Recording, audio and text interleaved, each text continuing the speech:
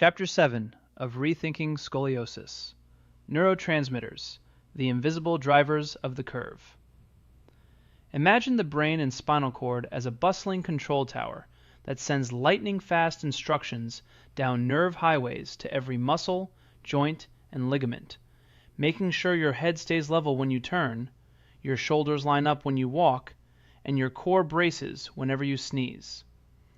Yet scientists now know that in many kids and teens with scoliosis, the chemical messengers inside this control tower, neurotransmitters such as serotonin, dopamine, and norepinephrine, can slip out of balance, scrambling those instructions just enough that tiny posture errors happen thousands of times each day and stack up into a visible curve. Serotonin acts like a calm traffic officer who smooths the flow of nerve signals, helping deep spinal muscles fire in the right order.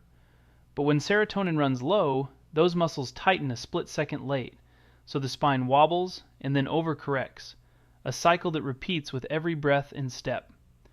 Over months, the stronger muscles on one side pull harder, while the sleepy muscles on the other side slack off, letting vertebrae twist like a loose zipper. Dopamine, best known for shaping mood and motivation, also keeps movement crisp and purposeful. Yet if dopamine lingers too long or vanishes too quickly, often linked to genetic variants in the COMT enzyme, the brain's timing circuits misfire, making balance drills feel clumsy and causing small sideways sways each time a child bends to pick up a backpack or reach for a book. Norepinephrine plays the role of the body's internal alert system, raising heart rate and sharpening reflexes. But when stress, poor sleep, or COMT slowdowns pump out extra norepinephrine all day, core muscles clamp down in a stiff guard reflex, reducing the subtle micro-adjustments that normally keep the spine centered over the pelvis.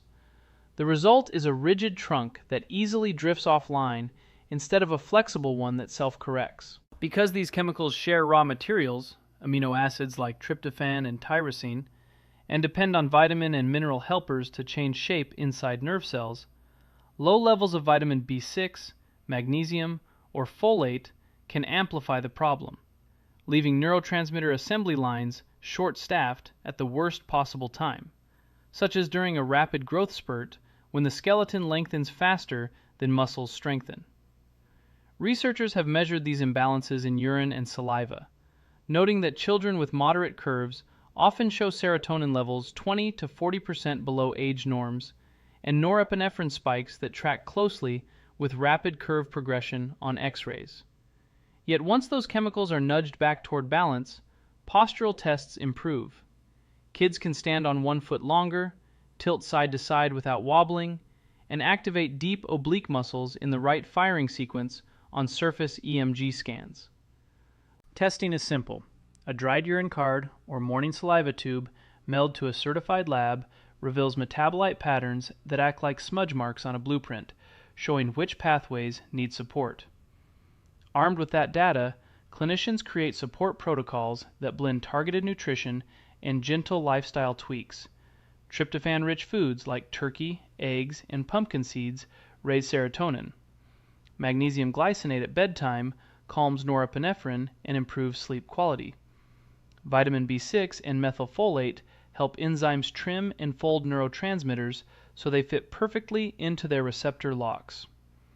When biochemical building blocks are scarce, chewable supplements or flavored powders make dosing kid-friendly, and pairing nutrients with specific movement drills doubles the impact.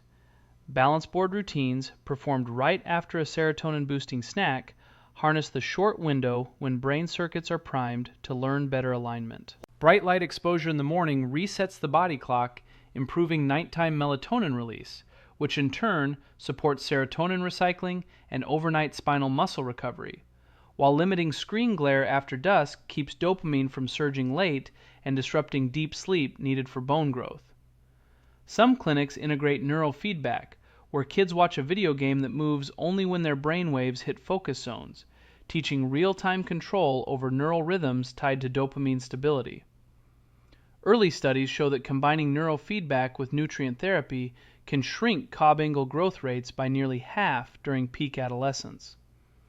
Importantly, The chapter stresses that neurotransmitter care is not about chasing perfect numbers, but about restoring a healthy range so reflexes become automatic and balanced again, much like tuning both sides of a guitar until the strings vibrate in harmony. Families learn warning signs that chemistry may be slipping: sudden mood swings, trouble falling asleep, sugar cravings, morning headaches, or unexplained muscle tightness, and are taught to track these with a simple weekly checklist, turning subjective feelings into objective clues. ScoliSmart doctors trained in reflex-based methods, such as the ScoliSmart Activity Suit program, time their sessions to match each child's neurotransmitter peak hours. A morning kid with naturally higher dopamine might do precision core drills at 8 a.m., while an evening kid with low afternoon serotonin may stretch and breathe before dinner to calm the nervous system. Parents are encouraged to model the same habits, reinforcing a household rhythm that protects everyone's neurochemistry, and teachers can provide subtle supports like wobble cushions or standing desks that let students fidget in place, releasing extra norepinephrine without disrupting lessons. Even hydration matters. Water delivers sodium and potassium ions that help nerve cells reset after each signal, so kids aim for half their body weight in ounces per day, with an extra glass after sports to replace sweat losses that otherwise spike adrenaline. This chapter tackles common myths, such as the idea that chemical imbalances are all in your head, or that only medication can fix neurotransmitters, explaining that while prescription options exist for severe cases, most scoliosis patients respond well to nutrient and lifestyle tuning because the goal is balance, not sedation. For families already facing brace wear, aligning neurotransmitters can make brace time more effective by improving muscle endurance and reducing the fidgety discomfort often blamed on dopamine dips.